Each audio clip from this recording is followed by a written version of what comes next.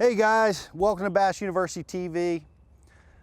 It's spawn season where we're at right now. I happen to be on Toledo Bend Reservoir, and the water temperature is in the 60s, and the fish are getting close to the spawn.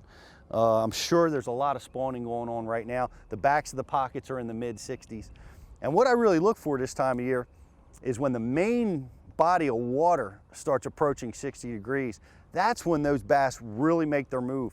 A lot of people get confused by that. They'll get into a pocket and it'll be 65 degrees in the back of the pocket, and they'll wonder why the bass aren't in there spawning yet, when the main lake might still be in the lower 50s. When it warms up fast, that often happens. So it's when the main body of water really starts to warm, that's when those fish really get moving into the spawn phase. But one of the things I like to look for in the spawn is when there's an awful lot of bait fish present around the spawning activity. It makes these fish a lot more aggressive, a lot easier to catch. Whenever you see a bass that's getting harassed by a school of bluegill and other bait fishes, it creates, that bass is defending at all the time. And a fish that is constantly defending is much easier to catch. So I love to look for that when I'm in a spawning situation. Those fish can be caught so much faster than ones that are being harassed. So that's an important thing. Another thing that I like to do is in situations like this, sight fishing is going to be a very difficult option. We've got stained water from the fresh rain. Visibility is maybe 6 inches to a foot. So being able to sight fish, target fish on the beds by visually looking at them is going to be a very difficult prospect in this scenario.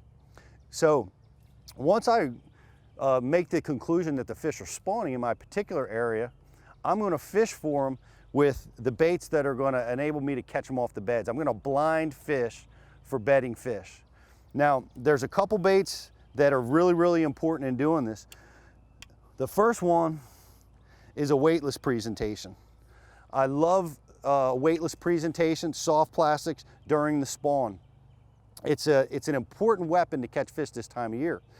Matter of fact, when the fish are spawning, the soft plastics are about the only way that you can consistently catch fish when they're spawning. And you'll recognize this in the early spring, because when we're in the pre-spawn, anything goes. It's a lot of fun, right? You can catch them on crankbaits, spinner baits, chatterbaits, jig. A lot of different weapons can be very effective.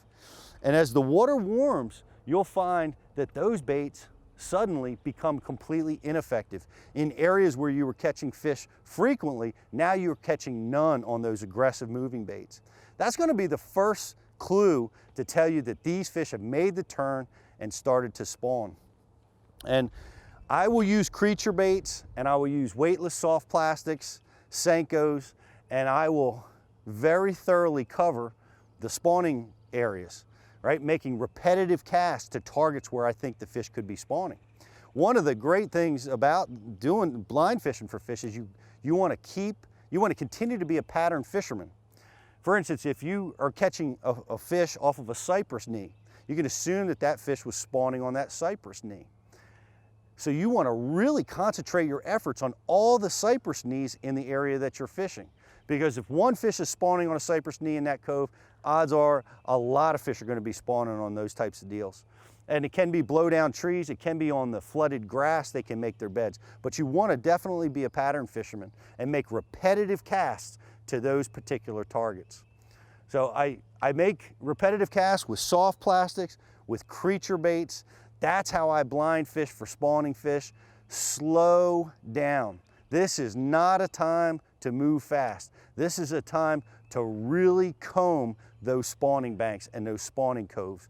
And what you're trying to accomplish is you're trying to pull those baits through a spawning bed over and over, and that can really help you trigger a lot of strikes when the fish are spawning. I hope these tips help. I'm sure they're going to help you catch more fish. I'm Gluszek from the Bass University.